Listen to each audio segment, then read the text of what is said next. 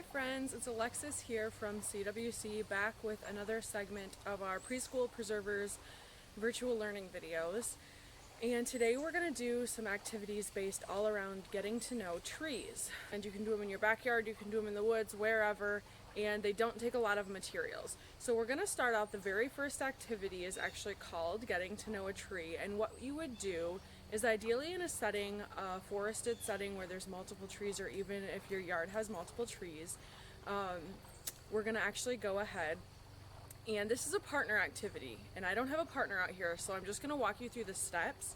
But at home or with a partner, what you're going to do is you're going to go ahead and blindfold one of the partners, and then the other partner is actually going to lead you out to a tree. So I'm going to kind of lead myself and come up to this tree here. Now once I get to this tree, I'm going to go ahead and I'm going to instruct my partner to hug the tree, wrap your arms around, get a feeling for the diameter of the tree, rub your hands on the bark of the tree, get a feeling for the texture of the tree, maybe even smell the tree, maybe listen, put an ear to the tree. Maybe just hold your arms around that tree for a minute and feel if it's swaying in the wind, which could give us some clues.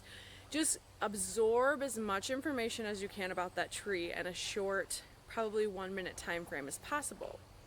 Now, after that, you'll lead the partner back to the beginning segment of the activity area.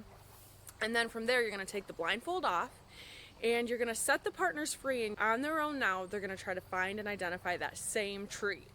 So I would go ahead and turn around and I would start looking. Hopefully you can still hear me. I would start looking. Okay, this tree is bigger than the tree that I found. Oh, this tree has shaggier bark, much more textured bark. That's definitely not it.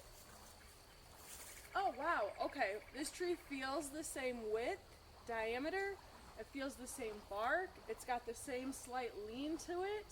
I think this is my tree. After they make their guess, their partner is going to let them know yes or no, that was or wasn't your tree. You would be surprised at how often people actually end up at the same exact tree that they found with their blindfold on. Because again, you're using all of the senses, you're smelling, hearing, feeling, and trees have a lot of little clues. The angle of the lean of the tree, the feel of the bark, the diameter of the tree. They may have bumped into other trees on the way there, and they can tell that, oh, this one's surrounded by other trees, or this one's in a clear open area. So you will be surprised at how many kids can actually get back to the same exact tree. And again, look at how many little clues and traits of trees they actually were learning about without realizing it during that activity. So now for our second activity, it's a pretty standard activity. I'm actually going to grab my backpack, and the only materials you'll need for this are paper and some crayons. So this is a classic activity. Many of you probably already know this one, may have even done it yourselves at some point or done it with your kids already, and that is a bark rubbing. And so you just need a plain piece of paper and then some crayons. It works best if you remove the paper from the crayon, and you can use the long flat side of the crayon as opposed to the tip. Find a tree that's close to you and easily accessible for the children, and you're going to just hold that paper up to the tree.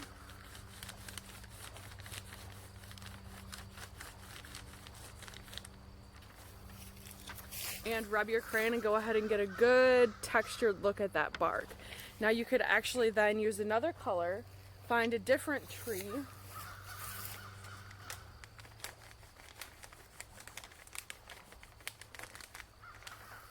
get another rubbing, and then you can compare the colors and you can see if the textures look the same or not. So along the same lines as our bark rubbing, we can do a leaf rubbing. And so I've brought another sheet of clean paper. And what you can have kids do is go ahead and instruct them to search the ground around them. Fall is a really good time to do this because there's all kinds of leaves down. So just go ahead and have them search the ground around them and collect multiple leaves and then bring them back to wherever your work area is and we'll do the leaf rubbing. So I'm going to go ahead and collect some leaves of my own.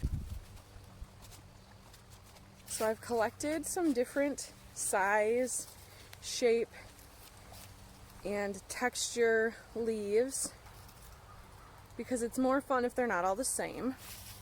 And then I'm just going to take a hard surface. So I have my clipboard here. Okay, so I've placed my leaves on the hard surface, and then I'm just going to lay my piece of paper over top, and then take my crayon and go ahead and rub over top of those leaves.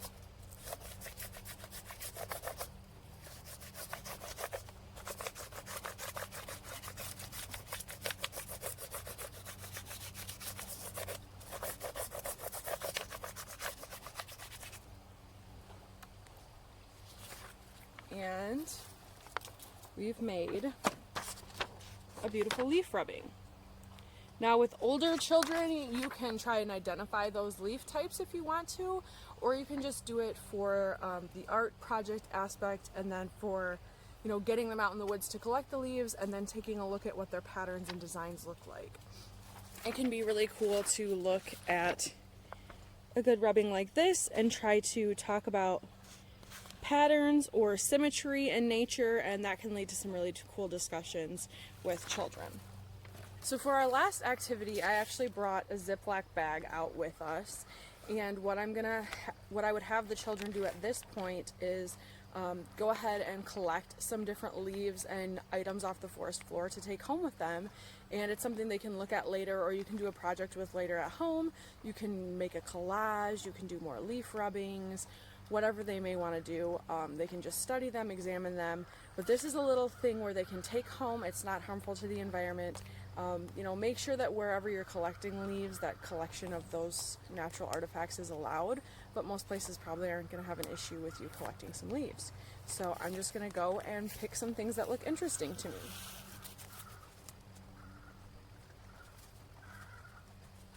Okay, so here I've got my bag full of natural goodies that I found, and again, the point of this exercise, as far as the kids are concerned, is more to get them interacting with the natural environment. It's more to just get them out in the setting, looking at the things around them. It's not really so much about what they collect or being able to identify every single thing. It's really just about getting them out, doing something fun. All of today's activities were super simple ways to engage young children with an outdoor setting and help them to get to know trees a little bit better. And you can modify these whatever way you want to make them more fun and interesting, to make them more simple, or to make them more engaging for older children. And if you have any questions, please reach out to us, and have a great day. Enjoy the fall weather and get out there and explore.